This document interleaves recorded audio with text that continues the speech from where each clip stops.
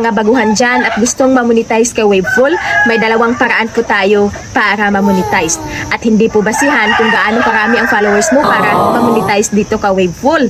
So laging tandaan kaibigan na sipag lamang para tayo maka-earnings dito kay Waveful.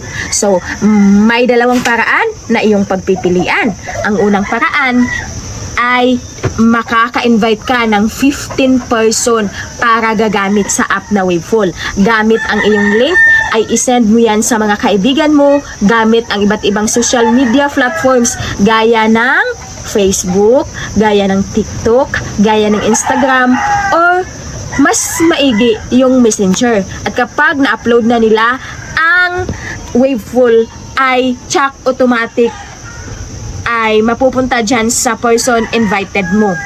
At kailangan 15 sila. Makomplete mo yung 15 nang sa ganun ay monetize ka na. Tama ang iyong rinig kaibigan. Napakadali lamang mamonetize dito kay Waveful. 15 person. So, mamumonetize ka na. Ang ikalawang paraan kaibigan, kung nahihiya kang mag-invite sa 15 person na iyan, ay pwede kang bumili mismo ng 5 super likes. Kasi 5 super likes lamang ang pagbabasihan nang sa ganun ay mamonetize ang account mo. So punta ka sa shop mo kaibigan, ilink mo yung GCash mo at automatic pipili ka kung anong package ang bibilhin mo. So may iba dyan na 5 super likes ay nakakahalaga ng 99 pesos. Ang iba naman dyan ay 5 super likes ay nagkakahalaga ng 115 pesos.